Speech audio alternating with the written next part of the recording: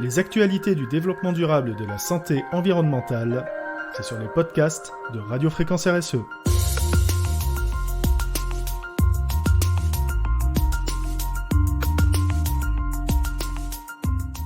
Changer de paradigme sur la production de déchets ménagers et industriels pour changer le monde.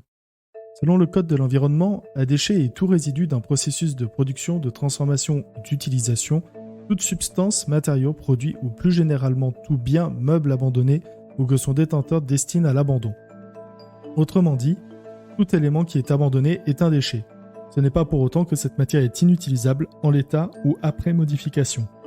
En France, chaque habitant jette en moyenne 354 kg de déchets par an dans sa poubelle.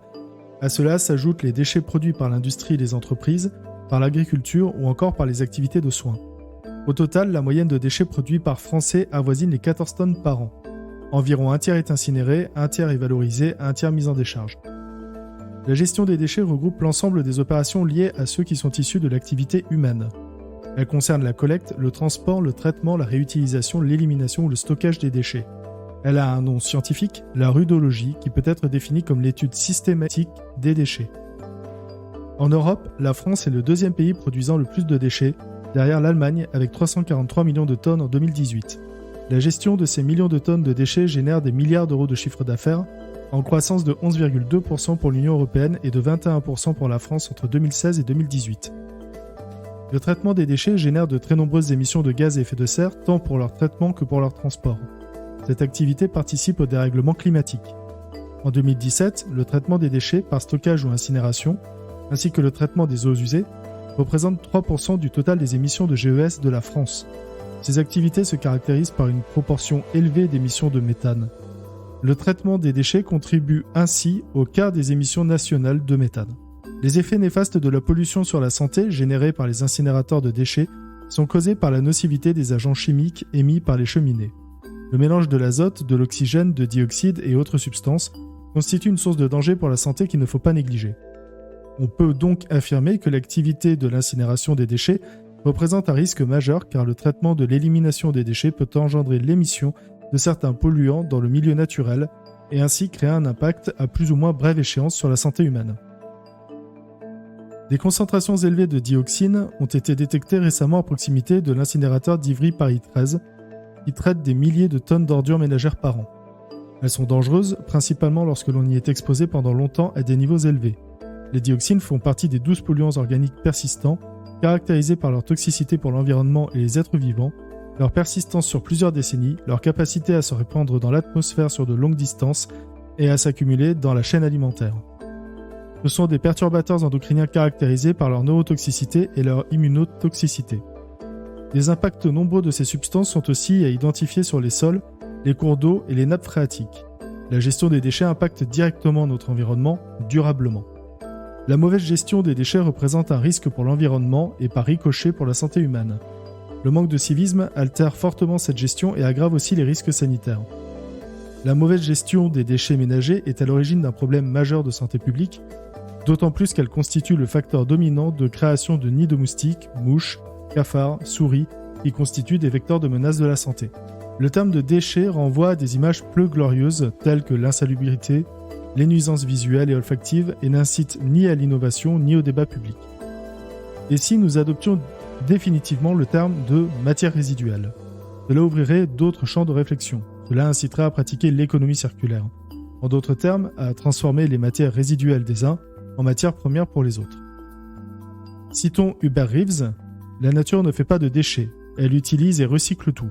Par exemple, dans la forêt, les animaux morts deviennent la nourriture des charognards et de nombreux insectes. Les feuilles mortes sont happées dans le sol par des vers de terre qui les mangent et restituent à la terre ce que nous qualifions d'excréments et qui sont de fait des éléments fertilisants. Celles qui restent en surface se décomposent sous l'action de bactéries et se transforment en humus qui nourrit les plantes mangées par les herbivores, eux-mêmes mangées par les carnivores. La chaîne est sans fin. Dès lors que nous sommes d'accord sur le principe que toutes ces matières résiduelles peuvent se recycler, il reste à inventer un modèle économique différent pour changer de paradigme. En clair, trier et valoriser demande aujourd'hui plus d'efforts et de dépenses à celui qui agit que de tout rejeter dans les circuits de traitement des ordures ménagères ou pire dans la nature. San Francisco et ses 860 000 habitants se sont lancés un défi de taille, ne plus produire de déchets à l'horizon 2020. Et pour y parvenir, la cité californienne mise sur une filière créatrice d'emplois, le recyclage, et non plus sur l'incinération. Recology, la coopérative qui récolte les déchets de la ville, s'est dotée de plus gros centres de tri de la planète, le Pier 96, un immense hangar de 20 000 m² où s'entassent des montagnes de détritus. San Francisco recycle aujourd'hui 80% de ses déchets grâce à 3 poubelles, la bleue pour le recyclable, la verte pour le compost et la noire pour l'intraitable. Mais la ville espère atteindre bientôt les 100%. 2 pays approvisionnent principalement la Suède en déchets, il s'agit de la Norvège et du Royaume-Uni. Ces 2 nations expliquent leur choix de vendre les ordures à la Suède par le fait qu'elles évitent ainsi les frais de leur incinération et y gagnent même de l'argent.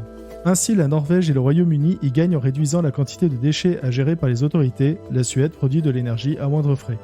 En France, l'artisan qui doit aller à la déchetterie se voit souvent refuser l'accès, celui-ci étant réservé aux ménages. L'hôpital qui souhaite valoriser le plastique à usage unique, les masques jetables ou les biodéchets, multiplie ses dépenses par 2 ou 3. Les ménages qui souhaitent trier leurs matières résiduelles ne bénéficient pas de système de collecte sur tout le territoire, ce qui les oblige à se déplacer pour trouver les bonnes bandes de collecte. Certaines filières n'existent toujours pas et génèrent de ce fait des gâchis considérables de matières premières. Le verre médicamenteux, par exemple, dont l'absence de recyclage provoque tous les jours l'incinération de centaines de tonnes dans toutes les régions. Alors pour changer de paradigme, l'État devrait inverser la tendance, ne plus facturer l'enlèvement et le traitement des matières résiduelles, et au contraire mettre en œuvre un système de rachat de ces matières résiduelles dès lors qu'elles sont triées. Ainsi nous aurions tout intérêt à collecter, trier, valoriser et à imiter la nature qui ne produit pas de déchets. Ce principe s'avérerait encore plus puissant que la dynamique de l'éco-organisme qui est gratuit. Si une telle disposition était adoptée, la vente de matières résiduelles rapporterait et éviterait des dépenses sur tout le territoire pour lutter contre les décharges sauvages. L'ADEME pourrait ainsi établir une cartographie des gisements de ces matières par région par secteur d'activité, une cartographie des prestataires de valorisation par région, et croiser ces informations pour privilégier des traitements locaux et éviter que des camions pleins de ces matières ne sillonnent la France à longueur d'année. Lançons un territoire à mission pilote pour tester un nouveau modèle économique qui crée des emplois non délocalisables, qui réduit les impacts sur la santé et l'environnement et réduit les dépenses de traitement, de transport et de nettoyage. Pour suivre l'actualité de Radio Fréquence RSE et retrouver tous nos épisodes de podcast, vous pouvez nous suivre sur Apple Podcast, Spotify, Deezer, Podcast Addict, YouTube, Amazon Music, Google Podcast et bien entendu sur la plateforme Ocha.